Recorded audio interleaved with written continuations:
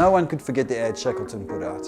Men wanted for hazardous journey to the depths of space. Small wages, bitter cold, long months of complete darkness. Constant danger, safe return doubtful. Honor and recognition in case of success. Shackleton was an explorer and a knight. He wanted to be the first to push through the asteroid fields, to explore uncharted space. It was a strange time in history because at that time, only pirates traveled through the asteroid leads. Can you believe that? The only people who knew what was beyond our solar system were criminals. Shackleton wanted to change that. He also hoped that he would find an inhabitable planet. You see, at that time, if he found a planet that people could live on, the United Kingdom would pay you a considerable reward, as well as give you sovereignty over 25% of its land. But both expeditions to the Outer Rim sent Shackleton back defeated. So this was before ray shields, so asteroid bombardment made travel to the Outer Rim dangerous and impractical. But this time, Shackleton had a plan. He wanted to dismantle an old warship and use its parts to reinforce the hull of his ship, the Voyager. And he had heard that my grandfather, Peter Wordie, was a brilliant engineer and was quite good actually when it came to improvising. So Shackleton enlisted Wordie's help. And my grandfather was looking for an opportunity to do something exceptional, so he agreed. And when they were done, they renamed the ship the Endurance. Months into the journey, they encountered the enemy, the asteroid leads. Shackleton, wearing the navigator's goggles, took control of the wheel and navigated through the leads, weaving in and out of the path of huge rocks and cutting through the smaller ones like a hammer, smashing them at him. Fire! Shackleton shouted. But there were no cannons or artillery. All the weapons were being reserved for the war effort. No, they were firing escape pods at large oncoming asteroids that just couldn't be avoided. The captain and the crew continued through the leads, enjoying the satisfaction of breaking large pieces of rock in half and hearing the crack as it split and feeling the vibration through the ship. They sailed for 6 weeks this way, and the cheer from the crew every time they heard the crack of an asteroid against their reinforced hull never faded. Less than a day's journey from the Outer Rim, a small moon emerged. It was unmoved by escape pods and it was unavoidable. Shackleton was optimistic and a born leader. He showed true greatness in his optimism. "Full speed ahead," he said, and they crashed right into it.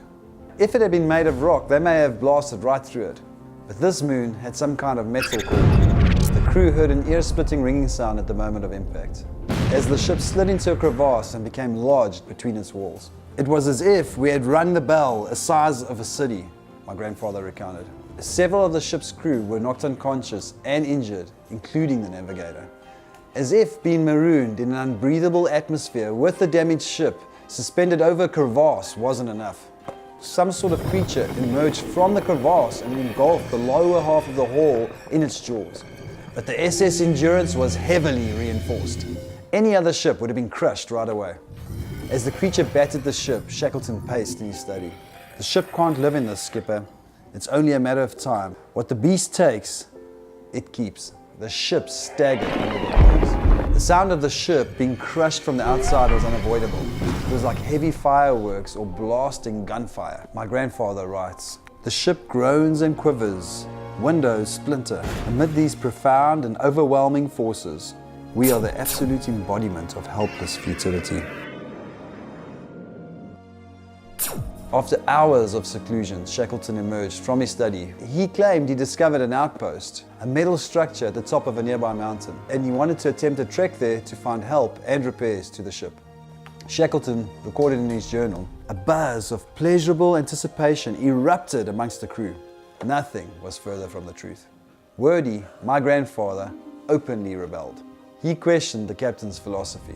His sublime optimism all the way through, to my mind, is absolute foolishness. Everything was going to turn out all right, and no notice was taken of possibly things turning out otherwise. And here we are. Shackleton retorted, "You're a pessimist, Wordie, and that's why you're going to join me on this trek." The real reason he wanted Wordie on the trip is because he knew him to be a mutineer and he was going to execute him.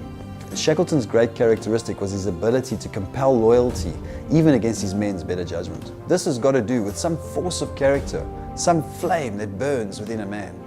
Shackleton and Wordie boarded the last escape pod and they fired it to the top of the canyon. As they made their approach to the rocky slope, Shackleton looked back at his ensnared ship. The ship seemed to sink by tiny increments as the jaws of the creature closed tighter and tighter around it. There's nothing that can crush a man as to see his dreams crumble into dust.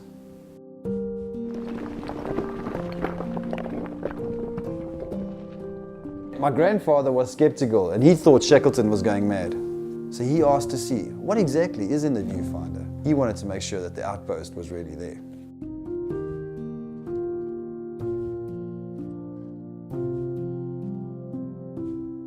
Believing this to be an act of mutiny, he knocked Wordy unconscious and bound him to the tech skiff. He could have killed him, and he would have been justified in doing so. Mutiny couldn't be tolerated, especially in a survival situation. Shackleton had failed his goal of discovery. His new goal was to get every one of his sailors home safe, and he was not willing to lose even a single man, not even a mutineer. The track became more difficult now as Shackleton had to carry another man up the mountain. They encountered many difficulties in their journey to the outpost. Untie me, I can help. Never! Ah!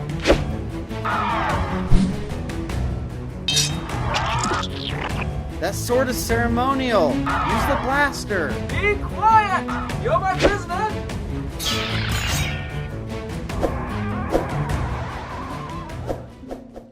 Finally, reaching the top of the mountain, they were extremely disappointed in what they found. Turned out there was no outpost after all.